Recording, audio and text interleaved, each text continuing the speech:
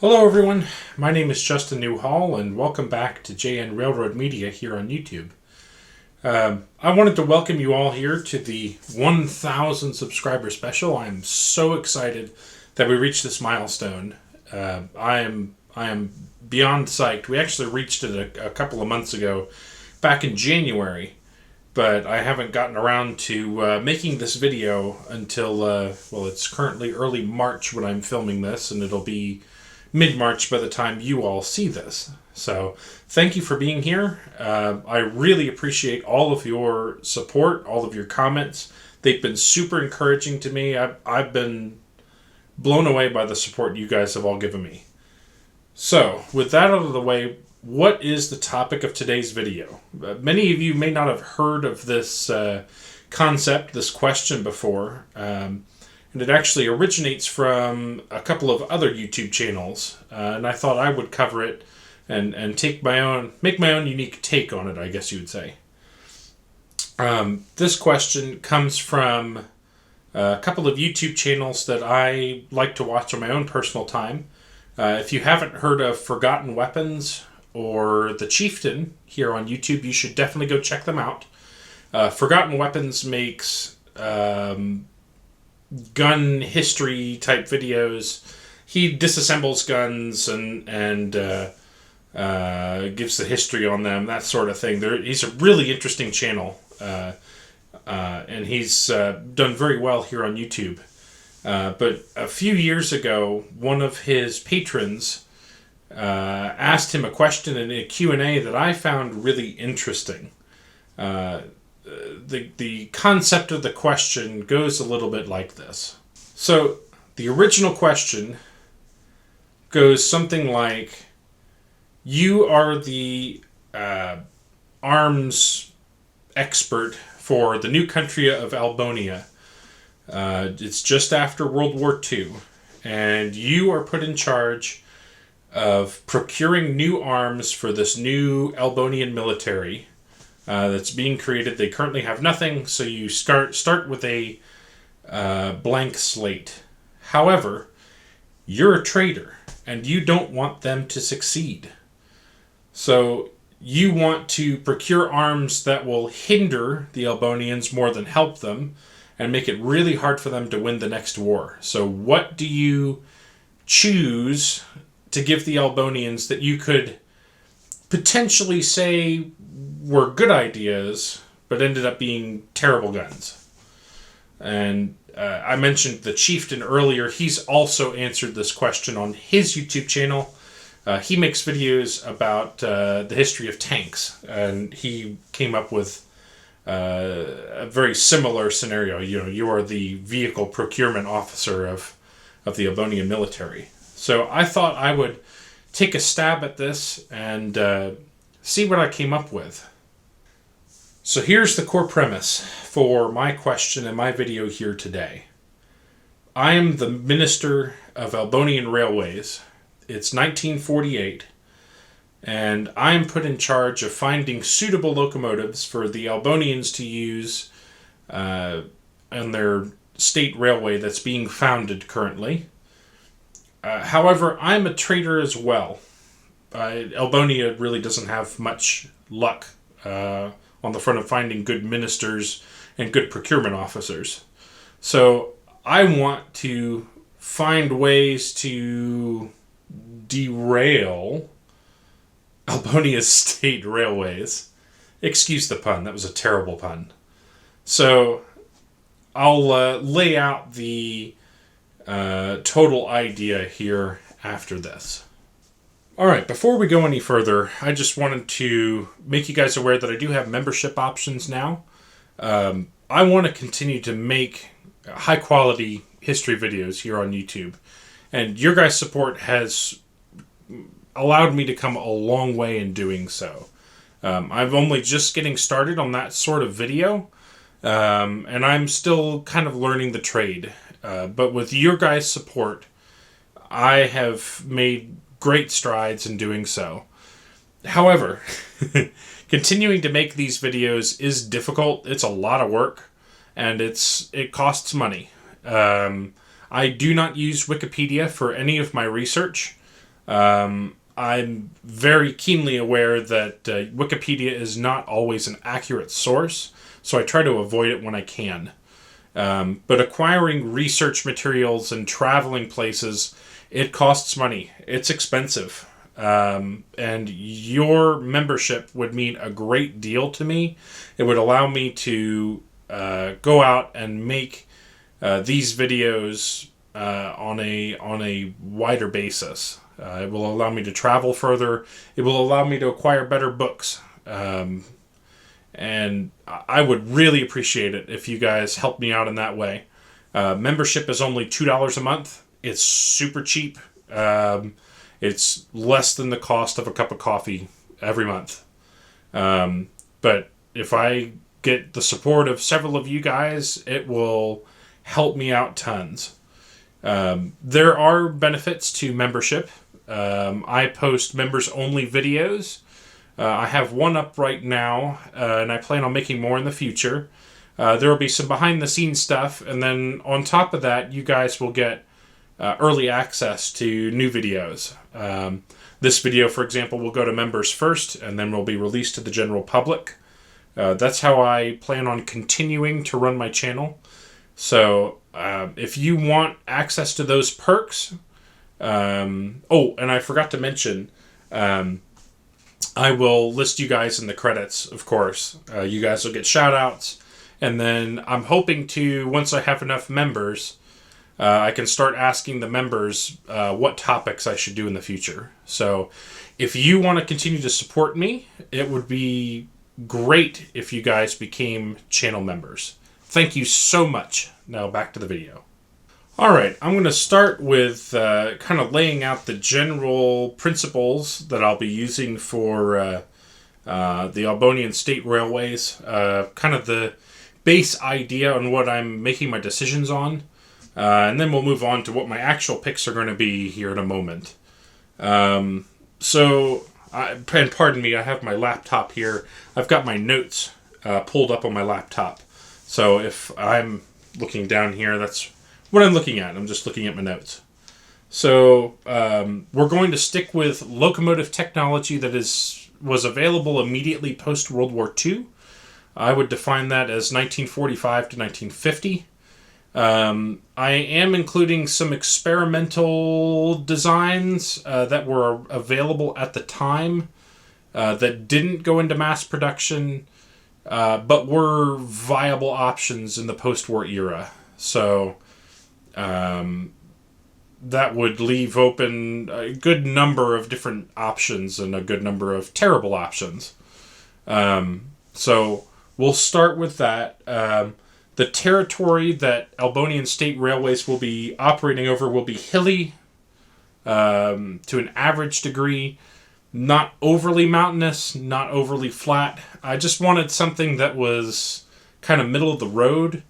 I'm also going to say the population and geographical size of Elbonia, they're going to be somewhat average. They're going to be maybe the size of Mexico. So not quite as big as the United States, but not tiny either.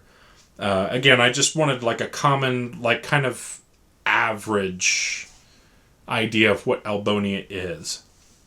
I should say I'm also going to stick with North American designs only. Sorry, Europe. Sorry, Asia. Sorry, Africa. I'm most familiar with North American designs, so I'm going to be sticking with that.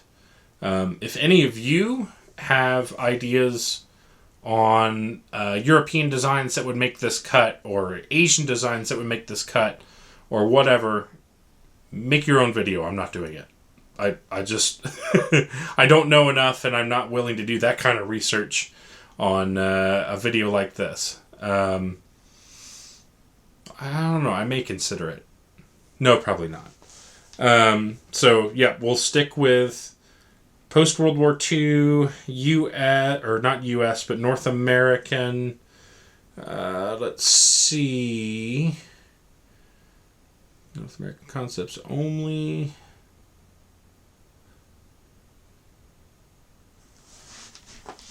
And then as for the roles that I'm going to put locomotives in, I'm only going to choose to put designs for locomotives in the role that they were designed and intended for. It would be super easy for me to say, oh yeah, we can use a steam turbine for all of our switching duties, and it would be really inefficient and horrible.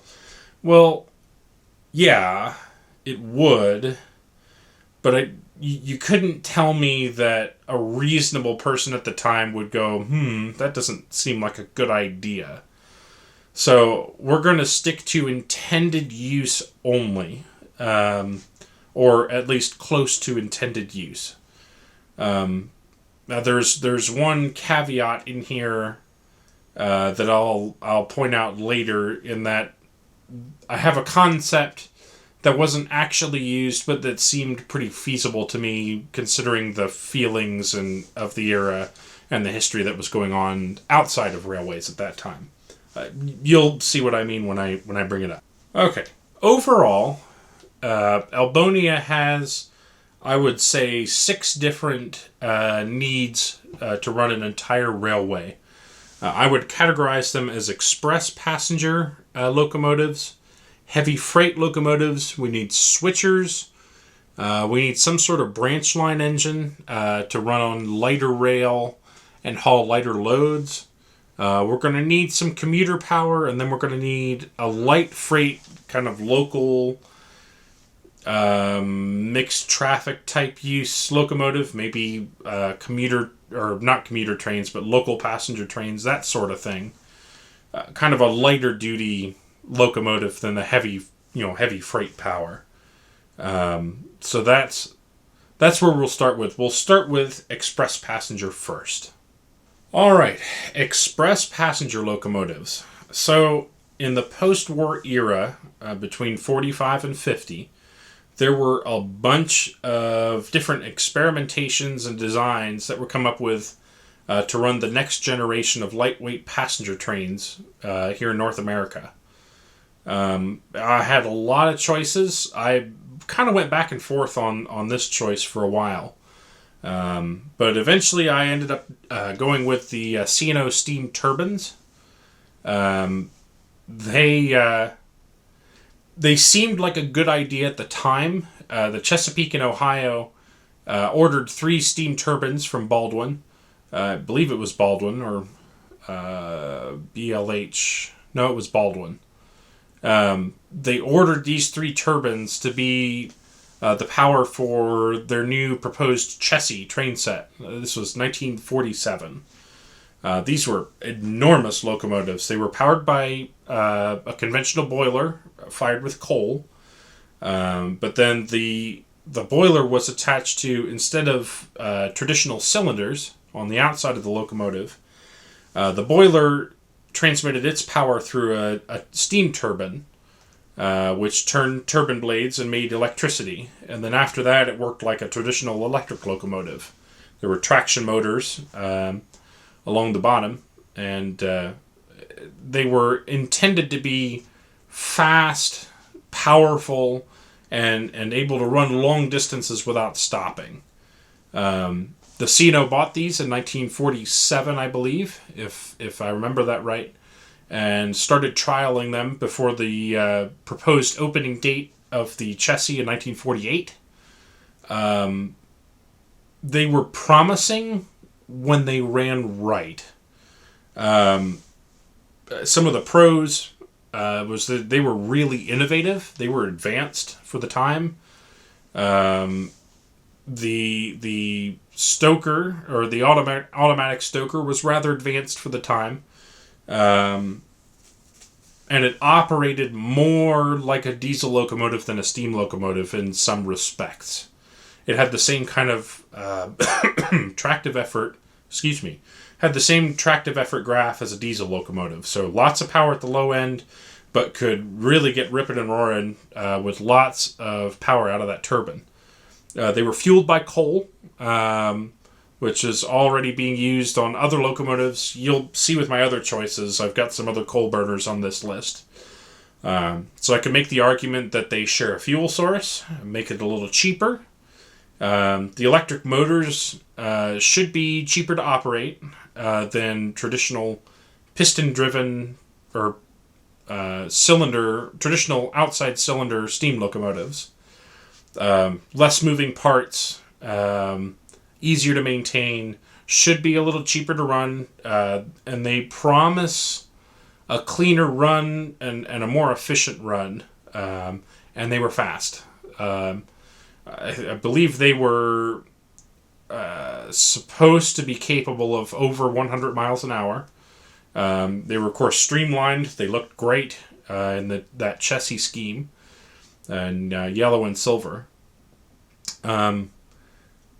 As the Elbonians are going to find out, they had some major drawbacks. They were horribly unreliable.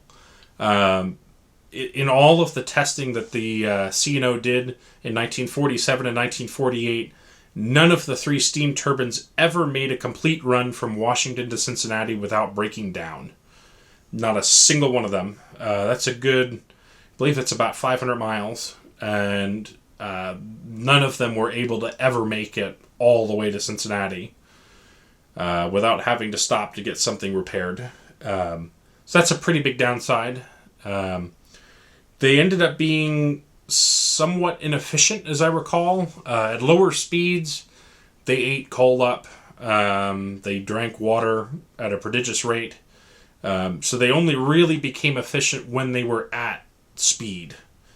So that's kind of a downside. It's not too bad if you're planning on using them on top express passenger trains.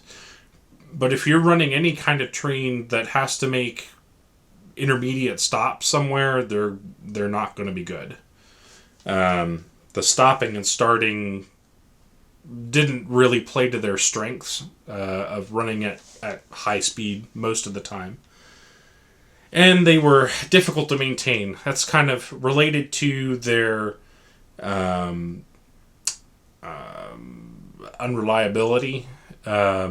The steam turbines were they were problematic. They were prone to contaminants in the water. They would eventually pit all of the turbine blades. So you needed really, really clean water to run through them without completely wrecking these turbine blades. And the C&O just didn't have that. Or at least they didn't have it refined enough to make them reliable. So the Elbonians are going to struggle in the express passenger train market. These are going to be expensive machines as well. I don't remember how much the C&O paid for them. I'll put something... Where is it? Here. That's how much they cost. I don't remember off the top of my head. So, for a starting country like Elbonia, this is not going to be the best option. But you could make an argument that, yeah, this is the wave of the future. We know what we're doing. All right, our heavy freight locomotive. I've thought a while on this one. Originally, I was going to go with the Bessemer and Lake Erie 210-4s. They actually were built in the 20s and the 30s. Can't remember off the top of my head. I'll put that here. As heavy freight power for the B&LE to haul iron ore trains. But I decided not to go with them. They were conventional steam locomotives. There was nothing wrong with them per se. They were just heavy. So instead, I'm going to go with the Union Pacific gas turbines. I'm going to say specifically the first-gen ones, the double-ended ones. On paper, these were fantastic locomotives. They made gobs and gobs of power. I believe it was 4,500 horsepower for those first-gen turbines. So if you're looking for heavy freight power, these are perfect. You're only going to need one for a big heavy train, maybe two if you have, a coal drag or something. But one should be plenty. The upsides, they're super powerful. They were reasonably reliable in service. UP had managed to work all the kinks out of this design, or most of the kinks out of this design. So they ran for, let me think here, got to do the math. They came out in 48. They were retired in the 60s. So they were around for a good 15 years, 10, 15 years. And the UP liked them. They used them consistently. They weren't out of service very often. They were fairly clean. They burned bunker C fuel oil, which burns relatively cleanly. Most of the photos and video you see of them, they're running with a mostly clean stack. So there's that. They're not going to ruin Mrs. McDowell's towels that are out on her wash as she's out washing them.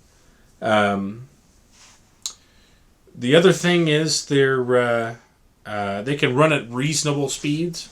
Like the B&LE 210-4s, they could run, but they needed heavier rail. The gas turbines don't have that problem. They are heavy, but their weight is spread out fairly well. So a fairly normal main line would be able to handle them fairly well. The first-gen gas turbines aren't overly long.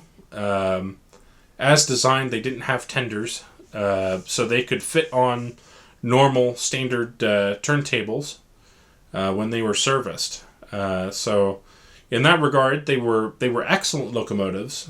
In practice, they weren't quite as good as Alco GE had promised that they would be. Like I said, they operated on bunker C fuel oil, which in the late 1940s was cheap, but as time goes on, oil prices are going to jack up significantly.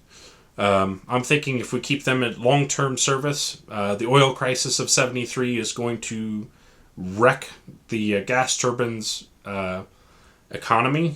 They burn tons of fuel. They did end up needing fuel tenders to satisfy their insatiable appetite for fuel. So that was one of the biggest downsides. They ate fuel.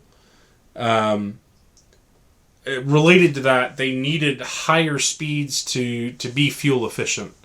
The way the gas turbines work is they run at a constant RPM whether you're moving or not. A lot like an M1 Abrams tank. It's the same exact system. Fuel is burned. It's actually kind of like a jet engine. Fuel is burned and spins a turbine, sucks air in, burns the fuel, and the rotation of that turbine is what creates the electricity that feeds the wheels. So kind of similar to the steam turbines, but it works a little bit differently.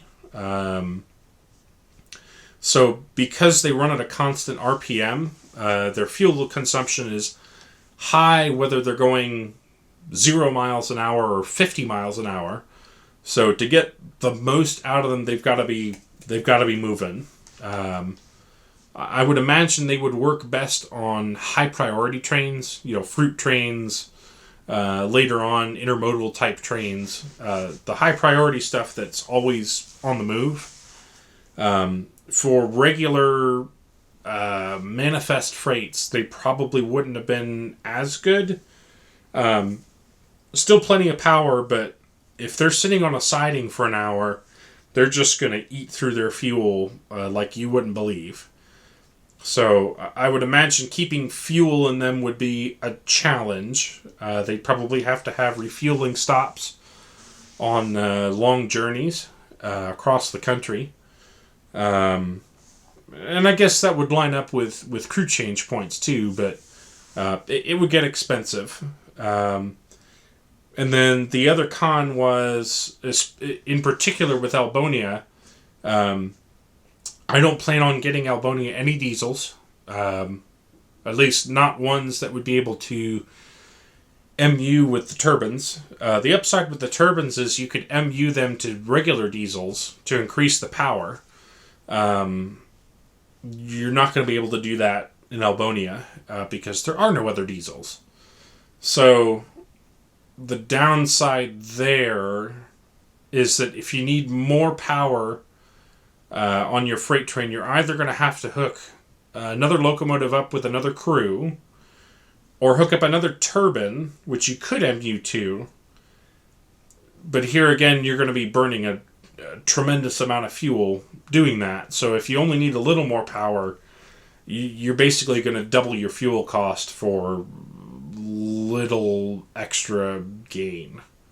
So that was kind of my reasoning on using the UP gas turbines. They weren't bad. They were just, I would say they're not optimal for Elbonia's railways. And they're going to deplete Elbonia's fuel supplies. All right, the switchers. I didn't have a whole lot of good answers on the switchers. Switch engines of that time period weren't terribly experimental. Most railroads were switching to diesels as fast as they could, and they started with their switchers. So by the post-war era, the diesel switchers were fairly well established as the primary power for terminal switching, for freight yard switching, and for hump yard service. However, the Norfolk and Western made with some experiments. At this time period, the N&W was not planning on switching to diesels. In fact, I don't believe they started ordering diesels until 1954. So they still had a while yet. So they were looking at some cost savings for their switcher fleet. And so they came up with the cursed modified N&W 480s. And this is what I'm going to be going with. They added a streamlined or a semi-streamlined casing. And then they added some labor-saving devices onto these locomotives to try to save some money in their yard switching. So what they did to these 480s, they rebuilt them from a couple of older 480s that had been on the N&W since, I believe, 1904, 1905. So they were fairly old engines. They were ready to be replaced.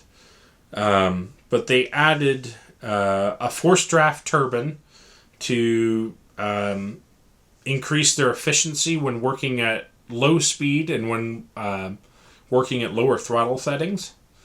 This would keep the fire going and hot even when the locomotive was just sitting on a yard track. This also helped the coal burn more efficiently, so it was supposed to save on coal. And then I believe they were fitted with devices to, was it either remove the fireman? Let me look that up real quick. Let me look that up. Okay, I found the list of changes they made here. I'm going to read them off for you guys real quick. The end of World War II, the N&W began a study to find a better solution to their switching problems, or their switching service in major cities. So the first thing they did, they took two M2 class 480s, numbers 1100 and 1112, I believe. They rebuilt the boiler. They added shorter flues, and they incorporated a combustion chamber. They added an induced draft fan in the smoke box, driven by a steam turbine. They added an automatic stoker and water level controls, so the locomotive could be left unattended for a long period of time. So they were termed automatic switchers because they didn't have to be constantly looked after by a crew.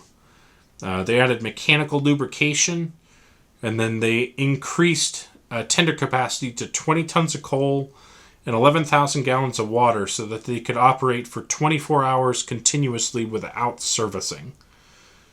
So they modified the locomotives quite a bit. Like I said, they added a shroud to it as well. And these are some of the most awful looking locomotives I think I've ever seen in my entire life. They're ugly. They're cursed. I would call them cursed. But anyway, as for why Elbonia should get them, I would argue that they were labor saving. Like I said, they could be left unattended for a long period of time. So that was less crews that the railroad would need to operate these switchers. They were able to operate 24 hours on one tender. So they needed less time out in the servicing pit getting coal and water. Their mechanical lubricators, they didn't need as much lubrication, just piddling around the yard. And they're somewhat cheap because they're being rebuilt from old locomotives. I guess Elbonia could buy several N&W 480s and modify them in this way. That would be super duper cheap. And that's kind of the idea in yard switching. You want the cheapest thing that does the job. So buying second-hand locomotives to modify would make a lot of sense, especially for a new railway. There were some downsides. Like I said, they were rebuilt from old locomotives. So a lot of the parts are old, worn out. So I would think there would have been a high likelihood of part breakage. In the research that I did, I didn't see anything about them being unreliable, but I would worry about that. If I was a shop foreman, most of these parts were going to have been built in 1905, 1906, maybe a little later. So they were, possibility of breakage, well worn. And then one thing I did read a lot about was the turbine in the smoke box was very prone to ash and soot from the firebox. The ash and soot kind of worked like a sandpaper, and it would just wear out these turbine fans super fast. So they would break all the time, and they would need to be replaced. So in that regard, they're going to be spending some time in the shops, which kind of negates the advantage of them being able to work 24 hours a day with fewer crews. So that would be the switchers. I don't have a whole lot of thoughts on that, but that was my idea. All right, Branchlines. I had two ideas for this. Both work in tandem. Elbonia State Railway Branchlines are all going to be Cape gauge, 3'6". I wanted to make them narrow gauge because I could argue that narrow gauge would be cheaper to build and you could have smaller equipment. So you're going to expend less fuel, a little bit less on maintenance, and you can kind of fit them into tight spaces. But I chose Cape gauge because it's not common here in North America. The most common narrow gauge in North America is 3-foot gauge. But that, I would make an argument that 3-foot gauge is too narrow. You can't carry enough stuff. So 3'6" would be a good kind of middle ground between 3-foot gauge and standard gauge. Cheaper equipment, but you can't buy used from other railroads in North America. Everything else is going to be either 3-foot or 2-foot, or maybe 2'6". I think there were a couple of 2-foot 6-inch gauge railways, but no, as far as I know, no 3-foot 6 gauge lines. At least certainly not after World War II. So we're going to do Cape gauge, and then I'm going to put an order in with Baldwin to make some specialized diesels for these 3-foot 6-inch gauge lines. My argument being that the diesels would be cheap to operate, which is kind of what you want in a branch line. You're going to have less traffic, so maximizing profits is going to be a good thing. And Baldwin has the production space currently in their factory. By this point, by the late 40s, steam was going out of style. Baldwin was a premier steam builder, but their orders for steam were dropping like a rock. And they had diesels, so they had diesel engines that they could put in narrow gauge equipment. And they had the production capacity. They had the Eddystone Works, which was enormous. It was way too big for what Baldwin would ever need. So they had the space, and they likely would have been willing to build something like this because they were struggling by this point. So any orders, any sort of large orders that were coming in for anything, they were probably going to be willing to take. So you could probably get Baldwin to make some special locomotives for you. Let's see, Baldwin was known to be a reputable manufacturer still in the late 1940s. They weren't all that far removed from the glory years of steam, where they were known as one of the best manufacturers in the business. They were one of the big three. So they would have had a good reputation for making good, reliable equipment and good quality products. So I think I could get the Elbonian Railways to buy some Baldwin diesels for Cape gauge. The downside is with Cape gauge, you're going to need to transfer goods from the Cape gauge equipment over to the standard gauge equipment and vice versa. So there's going to be long periods of time where goods are sitting in a terminal being transloaded onto new railroad cars to be shipped out onto branch lines. This is going to eat into profits. Trucks are going to outcompete you like crazy in this market. So the railroad would likely struggle. They certainly wouldn't be moving anything very fast. Let's see, what else did I have? You wouldn't be able to buy any new equipment from other narrow gauge operators. And then the Baldwin diesels would end up being orphaned, essentially, after 1956. People in the late 40s wouldn't have known that necessarily, but the writing was kind of on the wall for Baldwin at this point. They were in a distant third in the locomotive market to EMD and Alco. So they were struggling, and I think everyone kind of knew that they weren't going to survive the transition to diesel. So while you could make an argument that, yeah, Baldwin's would be a good purchase for new diesels, I think as a trader you would be more likely to choose Baldwin because you knew that Baldwin products weren't the best on the market at this time. Now I'm kind of assuming that as the Minister of Railways, I'm going to know a little bit more about the actual quality of these products than the National Assembly would. So I would say I could probably convince them to buy the Baldwins while knowing that the Baldwins were going to fail. So that's what I would have done with the diesels. Let's see, I think that does it for the branch lines. All right, commuter rail. I struggled with this one. Commuter trains are not my specialty by any means. I haven't done a whole lot of research on them. But I thought I had a neat idea. and you guys might agree.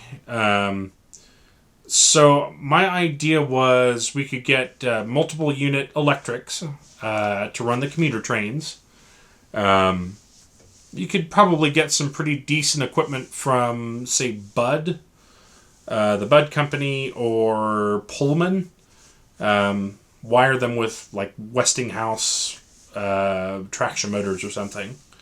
And then wire them with overhead catenary. But you would get the power from line-side nuclear power plants.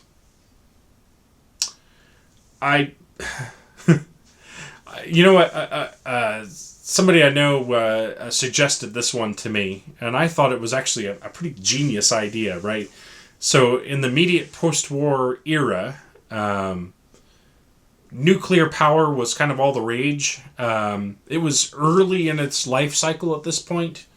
So nuclear power plants were only just getting started. The only hang-up would be getting access to nuclear technology as a new nation. Maybe if Elbonia became kind of protected by the United States, they might get nuclear power. That would be more of a political question. The president can go figure that out. That's not really my problem. But this is what we're doing. We're making nuclear power plants power the entire commuter rail system. At the time, you could have made an argument that, yep, this is clean energy. This is the energy of the future. You can make lots of electricity from nuclear power plants. So this would benefit the surrounding areas as well. They all get nuclear power. So this is overall a good thing, right? Well, yes and no. When nuclear power works right, it is great. I've always been a proponent of nuclear power. But because it was in its infancy, right after World War II, nuclear science was not well known yet. And there were still some kinks and some safety devices that needed to be worked out.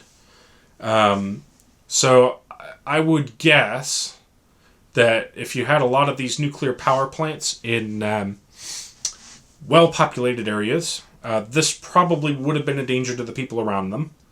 Certainly people would have been... they would have been prone to radiation, for sure. Not to mention the potential for a meltdown. If one of these power plants were to melt down, it would kill thousands of people. Like I said, people at the time wouldn't have necessarily known that, because nuclear power was still so much in its infancy at that point. But it certainly would have seemed like a good idea on paper. Let's see, for the downsides, like I said, nuclear power in populated areas, not well understood. This would have been an expensive project. Like I said, you could argue it as being a good public works project too. You could power people's homes with it, as well as the railroad. But this would have cost an enormous amount of money. Just looking at like Trinity in the United States, the nuclear tests during World War II were tremendously expensive. And so developing nuclear power would have been at huge cost to Elbonia. And then the other downside is, with commuter rail, is the overhead wires. They're workable. They're great. They're still used all over the world today. But they would have been costly to maintain, especially for a railroad that's just starting up at that time. So it, again, would have been expensive to maintain. But I think it could have worked. There just would have been some very clear dangers later on for the commuter system. So nothing wrong with the technology itself, but it would have been in the application of that technology, I would say. that would have been problematic. All right, last thing we've got here is the light freight and local freight duties. This was another one that I really struggled with and didn't have a clear answer on. I'm going to go with the C&O H6 2662s. There was nothing wrong with these engines. They were great. They had plenty of low-speed power. They were reliable, efficient, relatively so. But I guess the problem would lie in the technology itself. Steam locomotives by this time were going out of favor, and it was pretty obvious. Or at least it should have been. It wasn't obvious to everyone. The C&O, for example.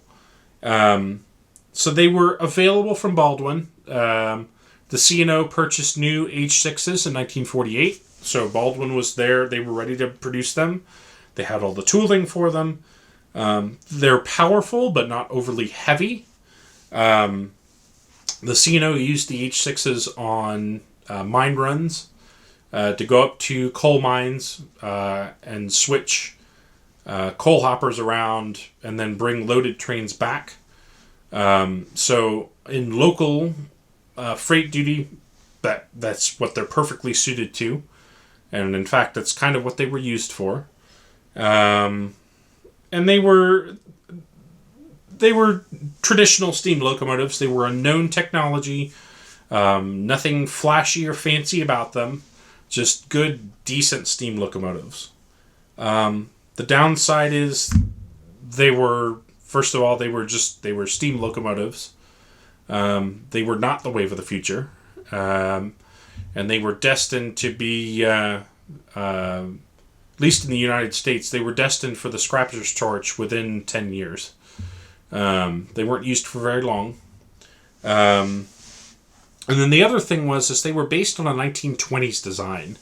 So they weren't terribly modern. Like I said, there was nothing fancy about them. They were just good, hardworking steam locomotives. But they didn't get any of the benefits of modern steam power. There's no roller bearings, they were superheated, but they didn't get any of the advanced features that late steam locomotives got. And as a result, they were kind of dinosaurs when they were built. They were old-fashioned. They were behind. And that wouldn't serve Elbonia very well in the long run. They would probably have to replace these locomotives within the next 20 years.